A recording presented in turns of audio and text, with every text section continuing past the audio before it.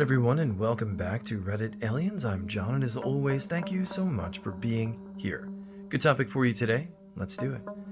What's some shocking news you found out about someone later on in life?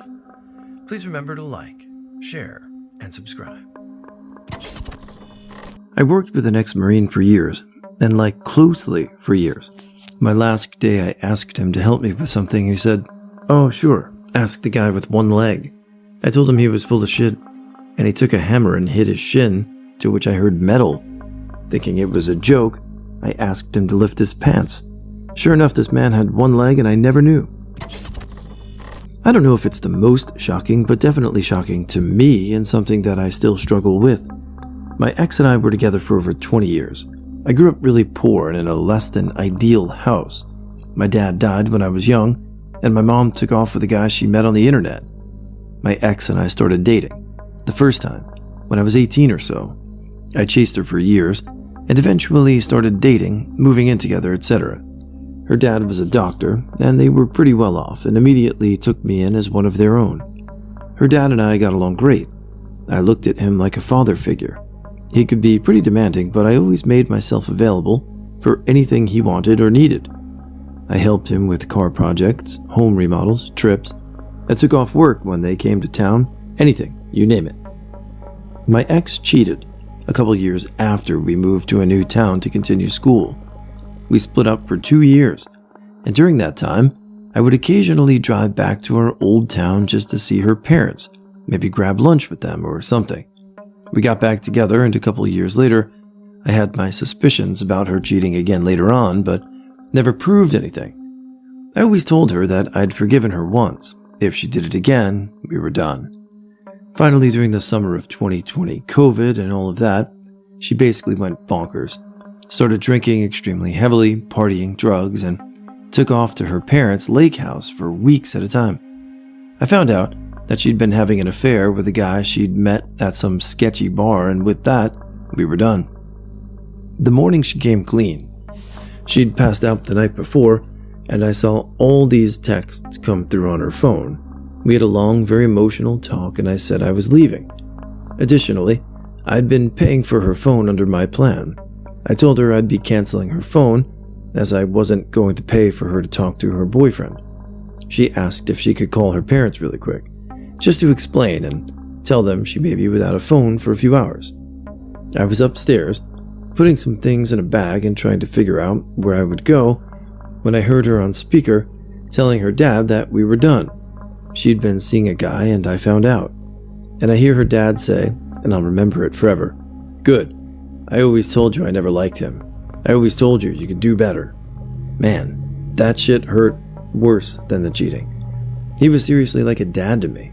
They were basically the only family I'd known. I loved him and thought he loved me. And to hear that he'd apparently never liked me? Damn. Oof. Damn, man. That is awful on so many levels. You're a good man, and I'm sorry you got a raw deal, but I hope you're doing well now. Sorry her children lost their mother, but hopefully you're still a positive influence in their lives. Good luck. An acquaintance, really. He was a friend of a friend. Our friend had a pool and would have us over regularly for barbecue. We had a 2-year-old, and I was heavily pregnant. My husband was carrying the things, and our daughter ran ahead of us. She had been there many times before and was comfortable there. She did not have floaters on yet, and she ran and jumped into the deep end of the pool ahead of us. We all ran, but the acquaintance was by the pool, and he reached down and pulled her up.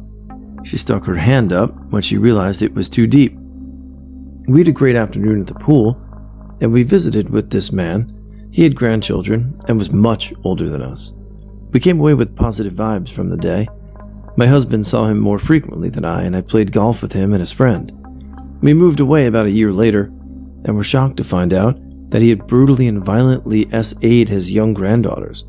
That's never gotten out of my head. My best friend from elementary school wasn't really my best friend. I was friends with a couple of boys, I call them Tony and Jay, who were twins. The three of us, along with a whole group of friends, were pretty inseparable for a long time. We all went to elementary school, middle school, and high school together. Well, The summer between freshman and sophomore year of high school, the twins went to Argentina to visit their ailing grandmother. Apparently, Tony decided that he wanted to make the move permanent, but Jay wanted to come home. But the thing is that while Jay was likable, Tony was always the more popular one in our group. And I guess Jay was always jealous, so he took over Tony's identity, and since they were twins, no one questioned it. It wasn't until later that things kinda stopped adding up, like Tony's stories of things that either didn't happen, or that Tony wasn't around for but Jay was, or things that Tony didn't remember about his relationship with one of the girls in our group, so she decided to call the family in Argentina, and they swore up and down that both boys came home. But where has the real Tony been? We don't know.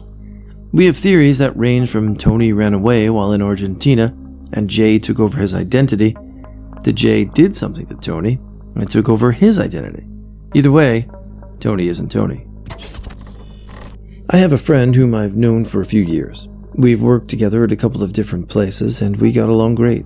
He's a bit of a jackass, but generally a fun guy to talk to and hang out with. We were already in our 40s when we met, and obviously everyone has a past, but when he told me he'd spent nearly a decade in prison for attempted murder, I was shocked. I didn't believe him. He was telling me the story of what happened, and everything seemed to make sense. He was young, just 18, and he was on drugs and suffering from mental illness. When I got home that night, I did some digging and found some records that indicated he was being truthful about it. It didn't really change the way I saw him or how I felt about him at all. He's still the same person I've known all these years. Now I just know a bit more about his past than I previously did. I don't see him as a more dangerous person. It's just a tragic story about a kid who did something awful, paid for it, and worked his way back into society. We found out at the funeral that my wife's grandpa had a second family. There was a group of people huddling around his widow, she was 90 at the time, that no one recognized. They were chatting it up with Grandma for quite some time, but eventually my wife's dad and aunt asked them to leave. There was kids, adults, and seniors in this group, multiple generations of people. My mother-in-law finally fessed up and said they were in his other family. Jaws hit the floor, and it was really weird for the rest of the ceremony. They also tried to claim some of his stuff afterwards. Had to watch Grandma's house like a hawk, because they would snoop around and try to say he would want us to have this. He killed Jeffrey Dahmer. No shit. I grew up in the same neighborhood as Chris Scarver. I didn't even know that was him till I attended a friend's wedding. Another guy and I were catching up and he said, "You heard about Chris, right?" I replied, "What did that crazy MFer do this time?" He replied, "He killed Dahmer." Then it hit me that I saw him on TV and didn't even recognize him. A neighborhood friend's little brother was always a little bit off, especially to his big brother, who constantly made fun of him for shitting himself when he was way past the age of it being normal.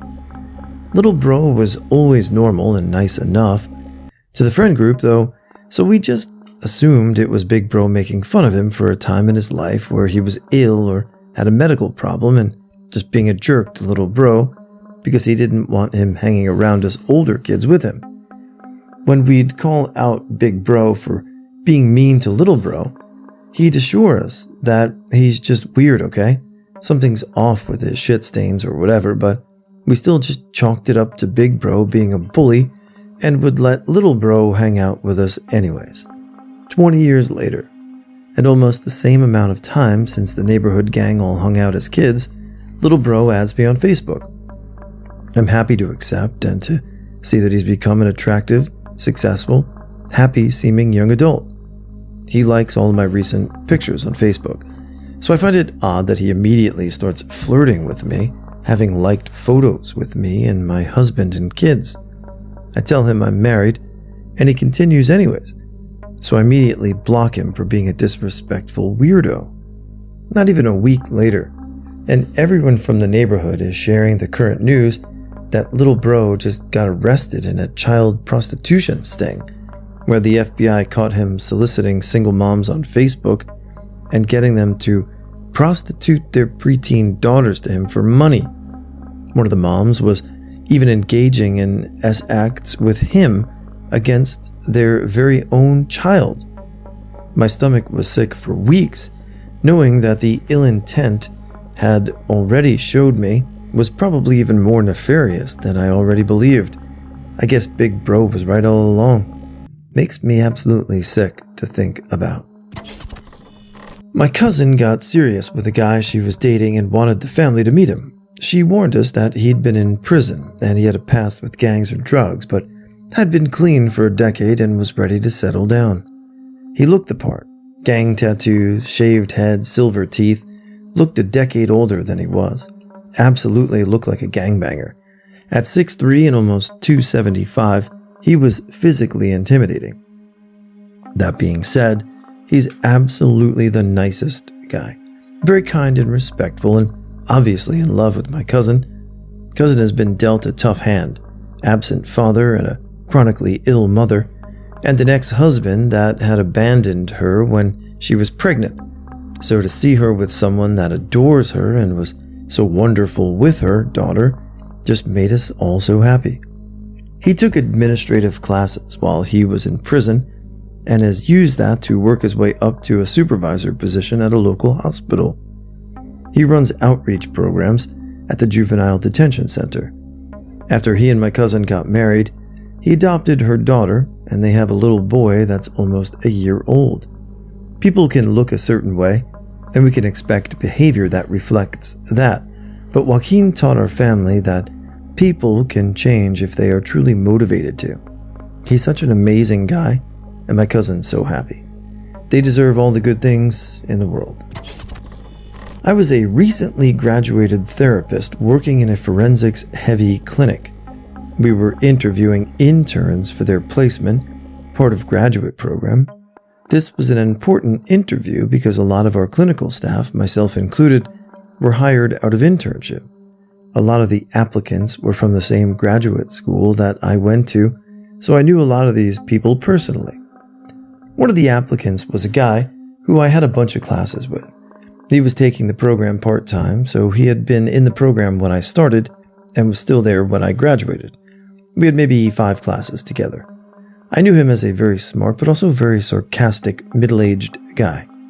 I knew he worked as a hairdresser outside of class at his boyfriend's salon, which caused him to be very popular amongst our class for his propensity to give free haircuts. He gave a great interview, and I was pretty sure he was going to be the guy we hired. But we still had to get the basic background checks back. When we did, as it would turn out, he had committed aggravated assault and a homicide when he was 18, spent 2 decades incarcerated, and was on lifetime probation. Now, he did his time, and I'm sure right now he's an excellent therapist. But because we worked in a forensics clinic, and due to state regulations, we couldn't hire anyone on probation, parole, on the clinical team. My wife died 2 years ago at the young age of 49. A week later, I decided to go through her personal devices to see if there were any other friends or family that needed to be contacted. What I found instead is that my wife had always been chasing after other men during our entire 12 years together. When she met me, she had a side BF that she was crushing on, but his life was too much of a mess for her to seriously consider him as a suitor. She was a single mom with 2 kids and needed stability, but she loved the attention he showered her with, constantly begging her for sex. And there were other men too, that she met online. In total, I was up to 6 boyfriends she had during the time of our relationship.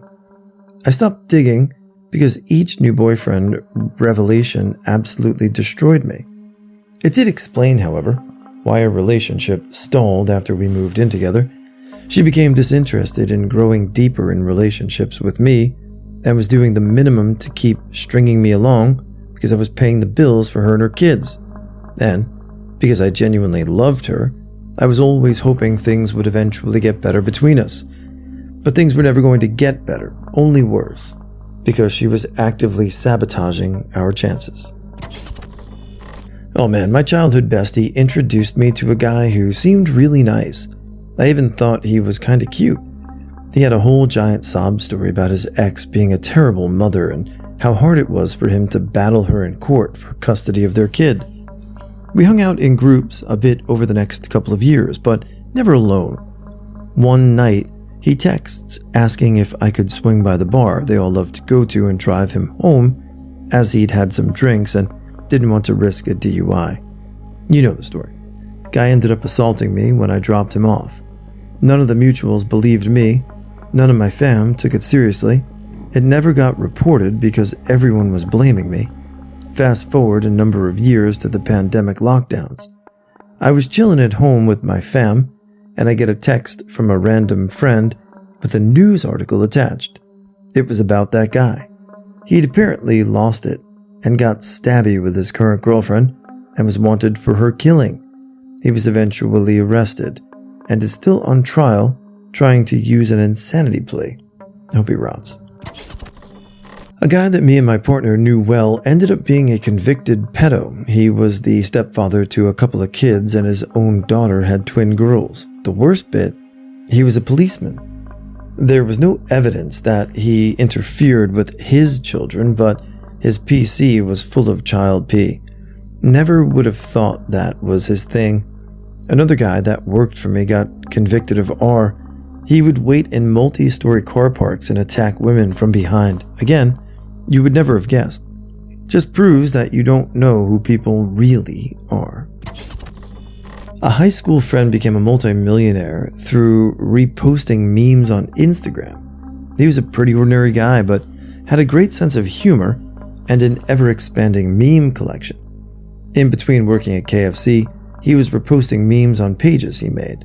Eventually, he sold an account for $10,000 and began managing 10+ huge accounts, cross-promoting them. He began selling accounts for $50,000 every month or so. This was in the early days of when Instagram first became a chronic meme location, so like 2016, when its identity shifted. He vanished eventually, closing off most of his school connections. Nobody except his closest friends get in contact with him. I'm still connected to him, and he's just traveling the world permanently now. In his 20s, he can retire from memes. He did this before it became highly competitive and automated. Now everyone is competing for internet meme attention, and there's thousands of botted pages that automatically do this. Mid-1990s, I came home from my honeymoon to find a card in my front door from the FBI. My neighbor across the hall popped out and asked if everything was okay because there were a bunch of cops looking for me. Turns out my best friend of 5 years, who I thought had moved away to be with his girlfriend, was seducing women around the country and robbing them blind, draining their bank accounts and vanishing. He's even stolen their cars, driven to his next target city, and either sold the car to a chop shop or ditched it. He left a jacket behind of one of his victims' houses, and it had my name and phone number in his pocket. I went to the Federal Building in downtown Chicago, answered all their questions, and convinced them I had no knowledge of any of this, and after a few hours I agreed to let them know if I ever heard from him. About 6 months later, he calls me out of the blue. I'm like, "Hey man, how have you been? Still in Minneapolis?" He said, "Nah, that didn't work out." He said he's back in Chicago, and he tried to sell me some stereo equipment. I said, "I'm good. We should hang out. I miss you, man." He was really cautious and suspicious, but eventually I convinced him to go play paintball with me as long as I paid. That was normal in our friendship. I was well off and he usually struggled. I called the guy from the FBI whose card I still had, said I'm playing paintball with him on Saturday in Gurney, and he said thanks, we'll keep in touch. Saturday morning comes around, I pick him up in his old neighborhood. He looks stressed and thinner, but he's happy to see me. We get to paintball about 9 a.m. and we play a few hours. Then, we're all taking a lunch break and eating sandwiches when 2 black SUVs pull into the parking lot. My friend thought nothing of it, but it was definitely conspicuous. Then, 2 of the guys we were playing paintball with turned to my friend and addressed him by his full name. Damn. We've been shooting paintballs back and forth with these dudes for 3 hours. They took him away in the SUVs. I acted surprised. I kinda was. I never heard from the FBI again. He spent 6 years in prison. My wife never liked him, and I despised him for what he was doing and was pissed he tried to sell me someone's shit. Here's the kicker. One of the first victims was a girl from Joliet that he met while I was dating her. After she and I broke up, he pretended to randomly meet her at her job in the mall. They hooked up, he stole her shit and her car and split. She was pregnant with his child. The boy's about 30 now. Many years later, she reached out to me on Facebook and told me all about it, and asked if she should tell her son about her loser father. I didn't know how to advise her, but she did tell me later on that he died from hepatitis A a few years back after getting out of prison. I looked up his funeral records. He had convinced his fiancée that he was a former SEAL Team 6 member, and she insisted he be buried with honors, which I guess actually happened. That's how much of a shithead this guy was. TL, DR. Best friend was wanted by the FBI, went to prison, died from hepatitis after he got out, and had a baby with my ex-girlfriend. And major stolen valor. I had a friend who was deep in the rock metal scene, and we all went to this really nice New Year's party. During the night, she put her arm around me and started pressing herself into me. God, she had great boobs. And she was not being shy about it. Wow, she really is into this. But she has a boyfriend, so I can't possibly make a move. So I went to the restroom, and her boyfriend followed me in and said, "My man, when a woman puts the moves on you, you gotta take her." And then a bunch of others immediately jumped in to give girl advice. I was confused. Swingers. They were swingers. My dad taught at different local universities on the side his whole career. One of the professors, Fred, he was super friendly, was a decade younger. My dad served as a Marine in World War II as a teen towards the end. My dad was also German American. He was born and raised in New York City, but spoke German with his family. Fred would always hug my dad goodbye. They mostly spoke in German. Fred was Jewish. In Germany, his mother and he were hiding and separate from the rest of the family, mostly so his older brothers had a chance of surviving without needing to worry about Fred, 6, and the mom. The sister was able to flee the country, plus hiding 6 people was hard. His dad had already been taken. The Nazis were coming, and it was known that anyone hiding would be found. So Fred and his mom were buried in a box. So were the other people. They were told they could last 3 days. No idea how, I wish I knew. They thought they could get to them sooner. The Nazis didn't leave as quickly as expected. They had shovels hidden and neighbors close to start digging when given the signal. My dad and other German-American Marines were in the area, all who spoke German and blending in. They showed up when digging had started. The neighbors thought they were Nazis and would be shot. Instead, they helped to dig. There's so much more that happened after this, but this is already long. My dad dug Fred and his mom out. The being buried alive part is what shocked me to the core. Fred and his mom were pretty much buried in their own grave, relying on others to not only survive, but to be able to dig them out in time. I can't even imagine Fred's mom making that decision. Fred, his mom, the sister, and only one brother survived the war. My dad and Fred had stayed in contact since then. When we would visit Germany, Fred's family would treat us like royalty. If they came to the US, they always would visit and stay with us. After I found out how they met, it all made sense. I thought my dad was just really good friends with a colleague. There are other stories I will never know. I just know as a little kid, people would come up crying and hugging my dad when we were in different parts of Germany. We would go to homes. I would play with the kids, and my dad would be with the adults.